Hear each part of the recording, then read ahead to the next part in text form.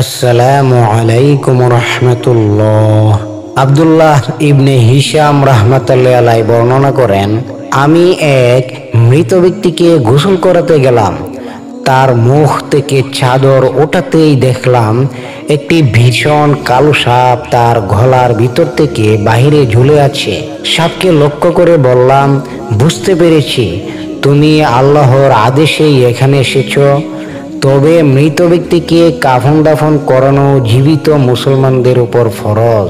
সুতরাং যতক্ষণ আমরা কাফন দাফনের কাজে ব্যস্ত থাকি, তুমি ততক্ষণ দূরে সরে থাকো। এ কথা শোনা মাত্রই সাপ তার কণ্ঠনালী থেকে বের হয়ে অধূরে এক গৃহে কোণে অবস্থান নিল। তারপর গোসল এবং কাফন দাফন পরিধান শেষ হওয়া মাত্রই বজ্রবেগে সাপটি তার পূর্বের স্থানে বসে পড়ল।